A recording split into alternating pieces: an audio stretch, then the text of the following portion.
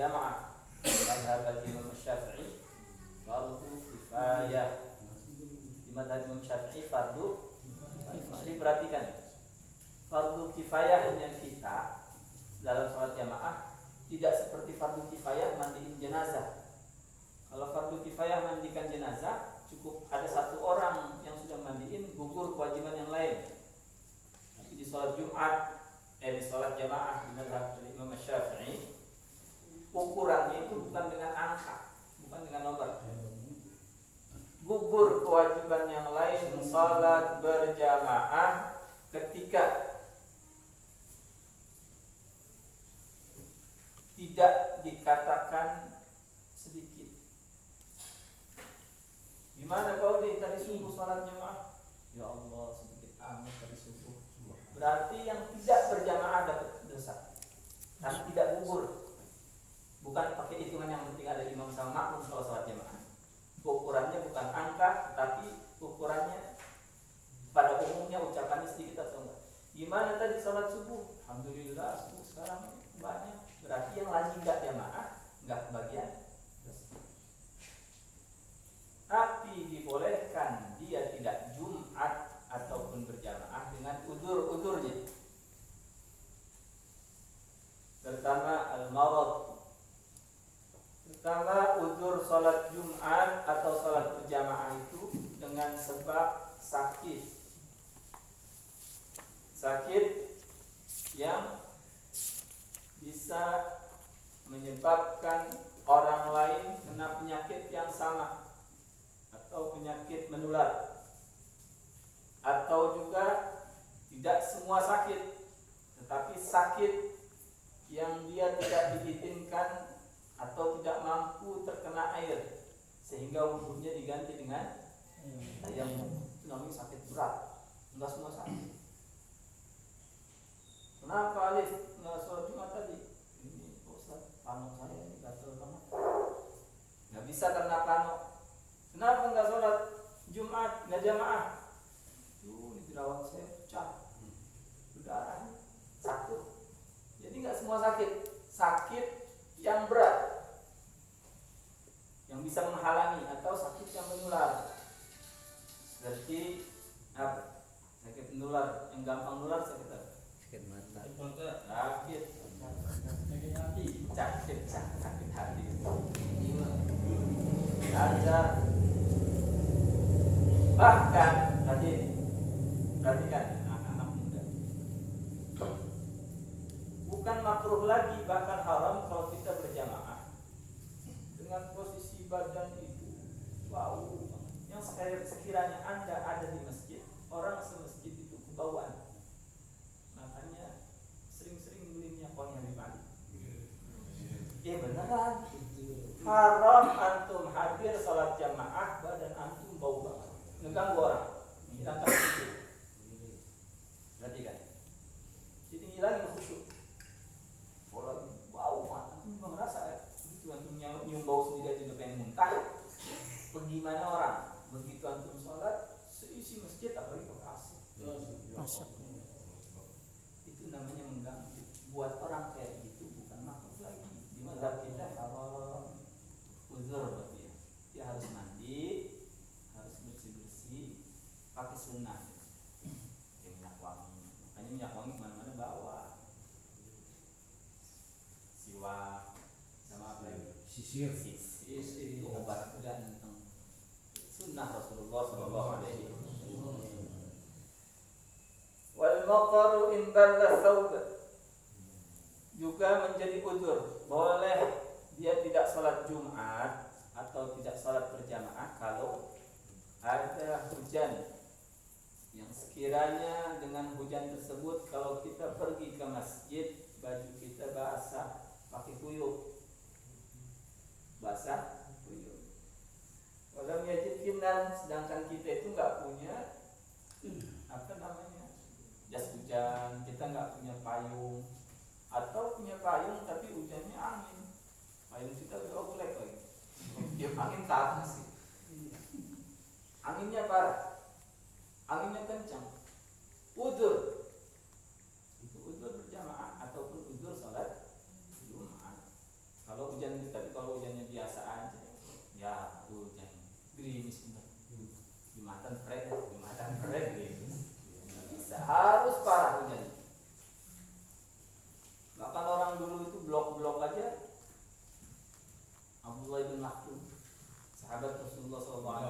Itu blok-blok hujan becek.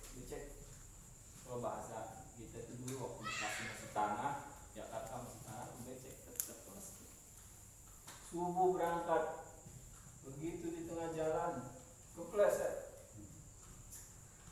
balik lagi ke rumah, ganti baju berangkat lagi. Kalau kita kepleset, baju kotor, pulang ke rumah, mandi, sholat di rumah, utur syar'i, balik ganti baju, jalan lagi, 2 kali jatuh lagi. Beliau sahabat buta, jatuh 2 kali, 3 kali, sampai terakhir yang keempat, beliau dituntun sama seorang anak. Begitu dituntun sama seorang anak sampai depan masjid, diajak salat, anaknya nggak mau, diucapin makasih, ditanya nama siapa nggak dikasih tahu. Maka beliau masuk, nanyakan kepada Rasulullah, tahu nggak siapa yang tadi nganterin engkau? Ya Rasulullah, dia itu iblis yang nganterin. Masya Allah, setan. Kenapa setan nganterin? Setan pegel sama semangatnya. Masya Allah. Begitu jatuh pertama dosanya diampuni, jatuh kedua keluarganya dosanya diampuni. Kalau sampai jatuh 3 kali, saya khawatir kata iblis sekampung ini dosanya diampuni gara-gara dia. Jemaah, kuatin jemaah. Kalau gitu baru gerimis sedikit, udur kan, prek, taklim masih gerimis prek. Yang blok D, yang jauh si prek wajar.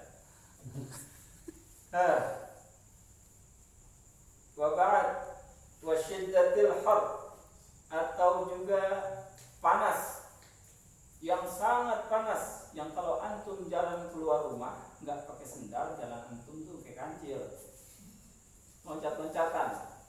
Benar bahasa fikihnya begitu, saking panasnya.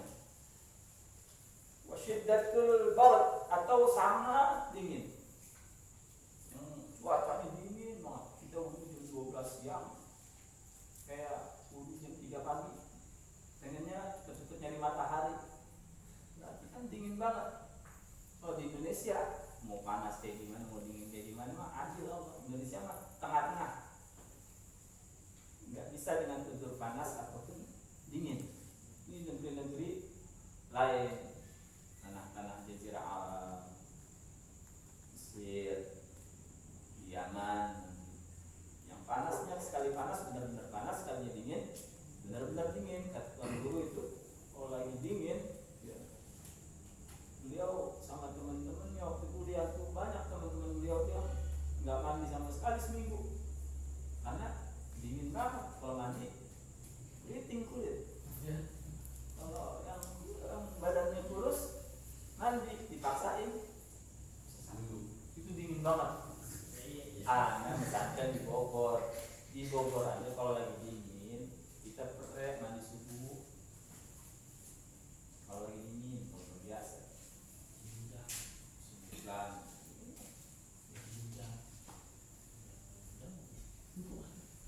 Wa tamrid maka muta'ahhidalah, juga menjadi uzur salat Jumat atau salat berjamaah. Apa? Nungguin orang yang sakit parah dengan syarat. Apa syaratnya? Enggak ada lagi orang lain yang nungguin kecuali antum. Bapak kita sakit, kita nungguin. Bini kita lagi ke pasar, datang waktu sholat, sakitnya parah, jangan ditinggal. Begitu kita sholat Jumat, bapak kita udah lewat, tungguin. Itu uzur.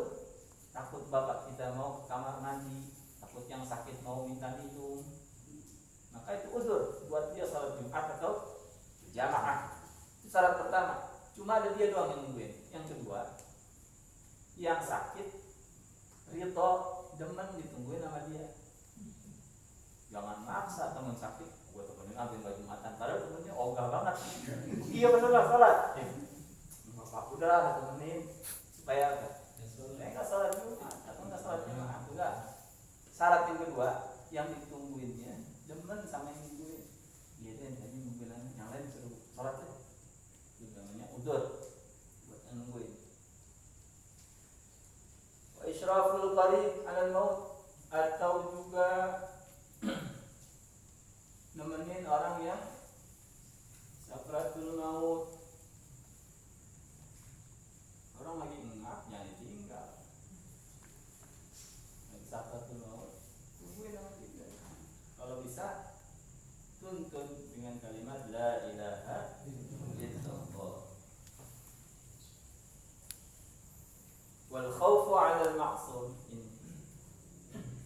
takut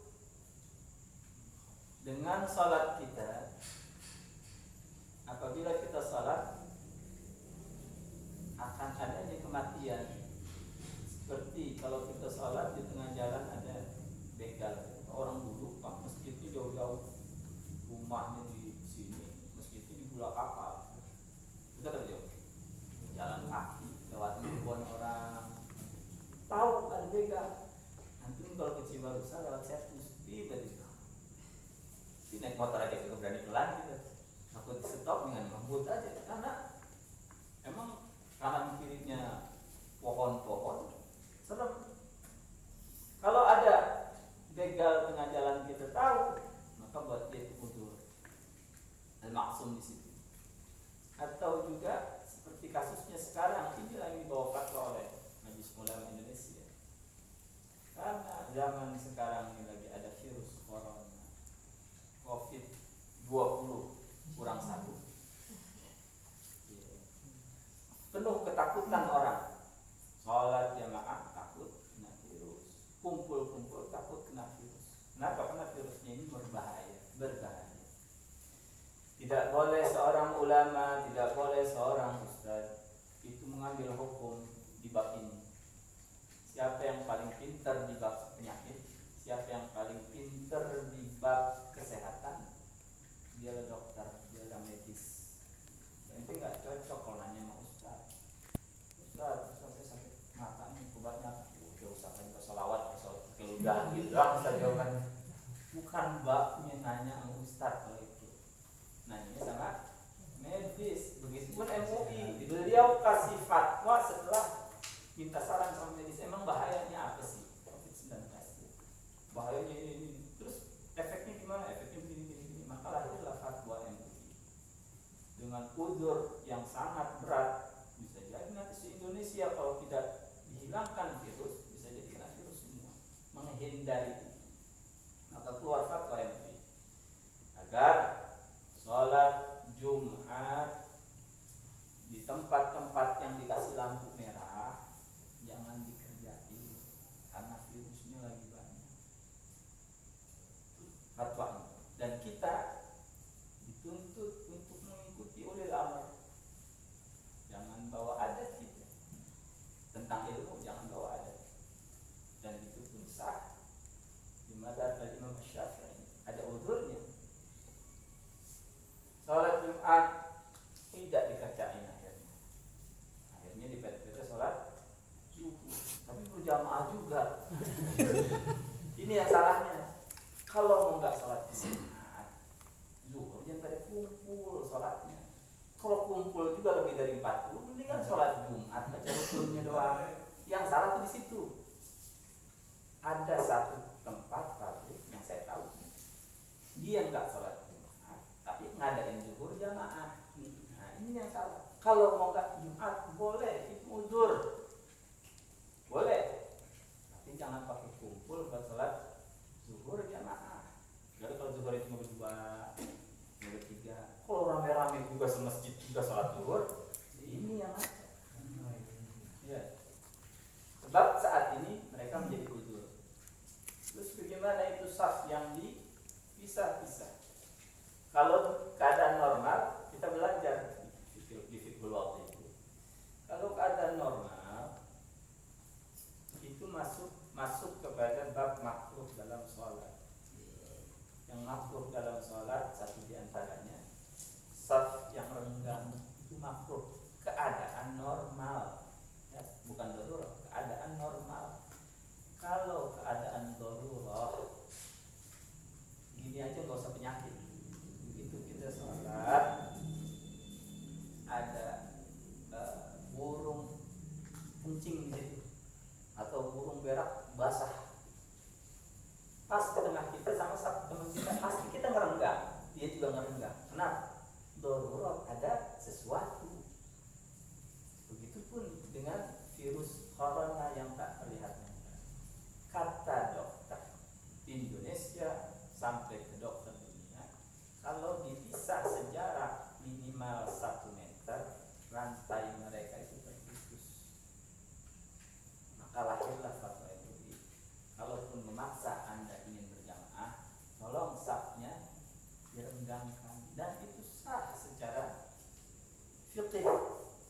dan mendapatkan pahala jamaah dikarenakan darurat.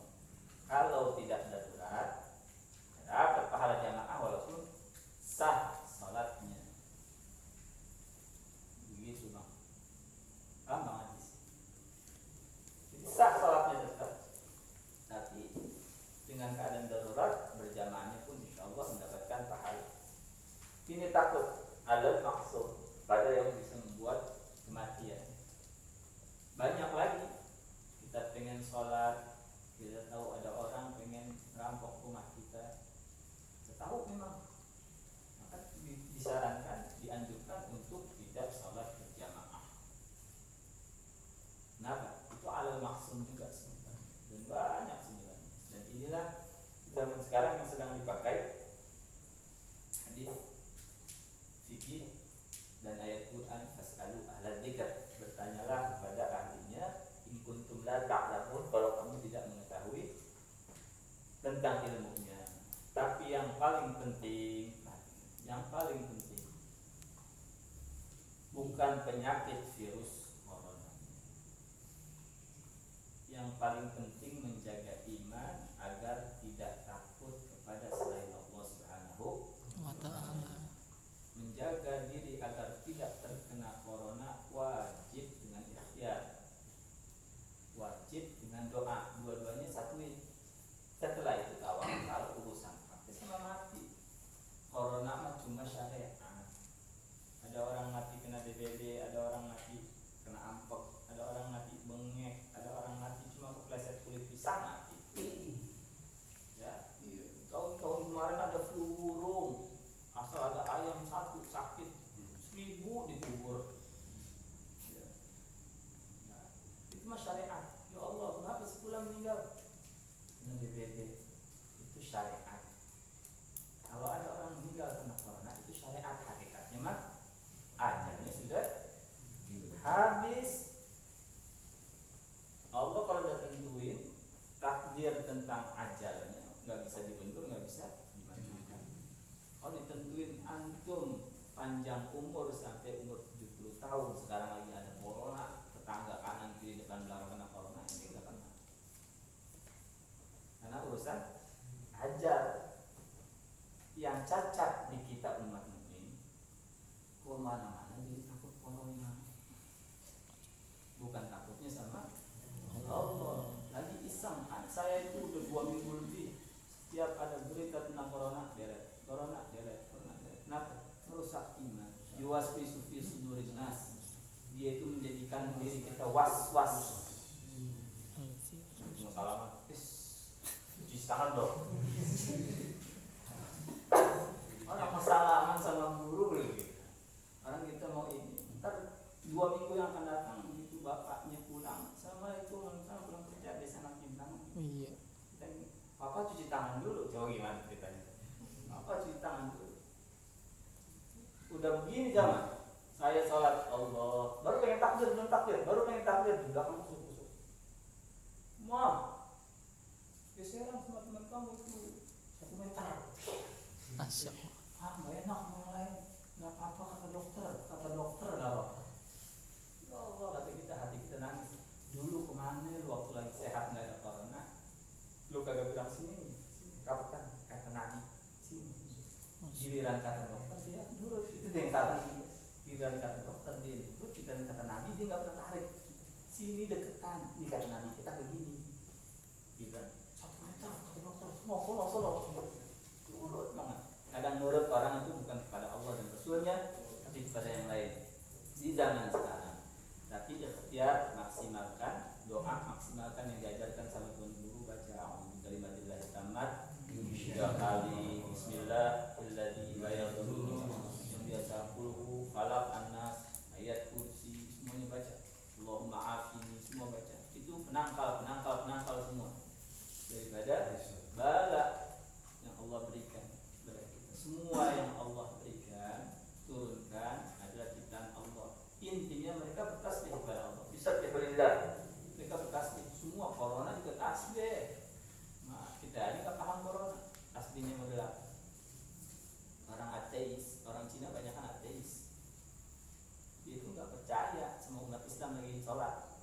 Nanti membahas siapa sih? Mbak Allah, mana Allah nggak kelihatan begitu, suka ngeledek.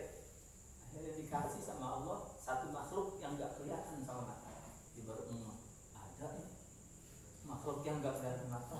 Bagaimana Allah yang disebut Allah Islam? Makanya banyak orang Kristen Protestan KTP-nya, tapi begitu ditanya keyakinannya ateis. Akhirnya masuk pada agama Islam setelah adanya corona. Hikmahnya banyak.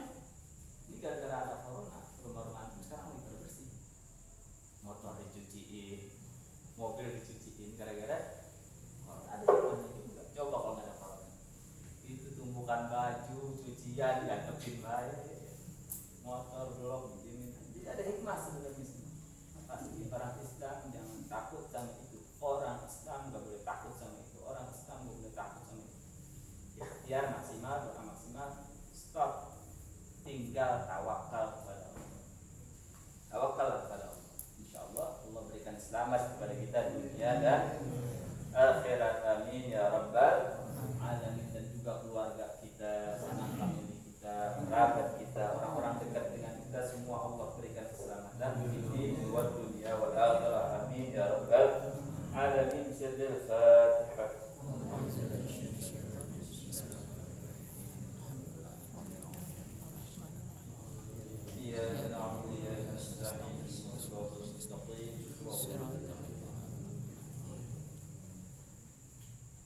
رب الذكر فاعلم أنه لا إله إلا الله. لا إله إلا الله. لا إله إلا الله. محمد رسول الله صلى الله عليه وسلم. لا إله إلا الله. لا إله إلا الله. لا إله إلا الله. لا إله إلا الله. لا إله إلا الله. لا إله إلا الله. لا إله إلا الله. لا إله إلا الله. لا إله إلا الله. لا إله إلا الله. لا إله إلا الله. لا إله إلا الله. لا إله إلا الله.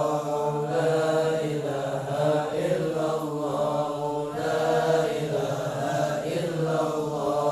لا إله إلا الله. لا إله إلا الله. صلى الله عليه وسلم. كلمة حق عليها نحيا وعليها نموت وعليها بها نبعث إن شاء الله تعالى من الآمنين برحمة الله وكرامه. إن الله وملائكته يصلون على النبي. يا أيها الذين آمنوا صلوا عليه وسلموا تسليما. اللهم صل وسلم وبارك عليه. سر الفاتحة.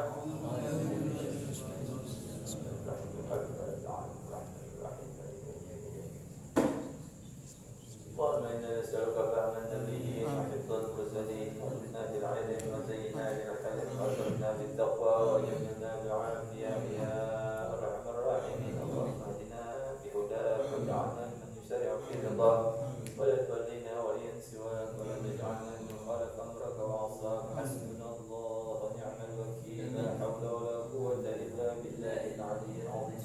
اللهم ادفع عنا الغلاء والبلاء والوباء والفحشاء والمنكر والفتن ما ظهر منها وما بطن من بلدنا هذا إندونيسيا برحمتك يا أرحم الراحمين. اللهم سلمنا والمسلمين وعافنا والمسلمين واغفر لنا والمسلمين وإياهم جميع شر المصائب الدنيا والدين. اللهم اهدنا فيمن هديت وعافنا فيمن عافيت وتولنا فيمن توليت وبارك لنا فيما أعطيت وقنا شر ما قضيت. تقضي ويقضى عليك ولا يقضى ما واليت ولا يحب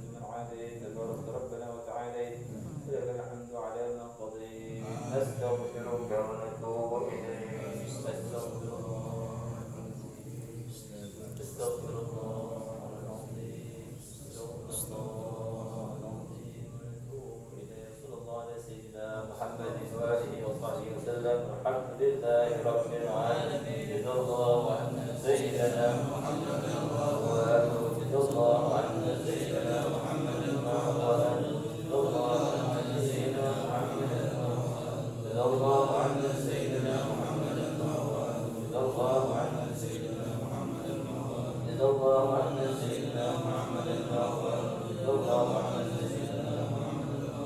الله على سيدنا محمد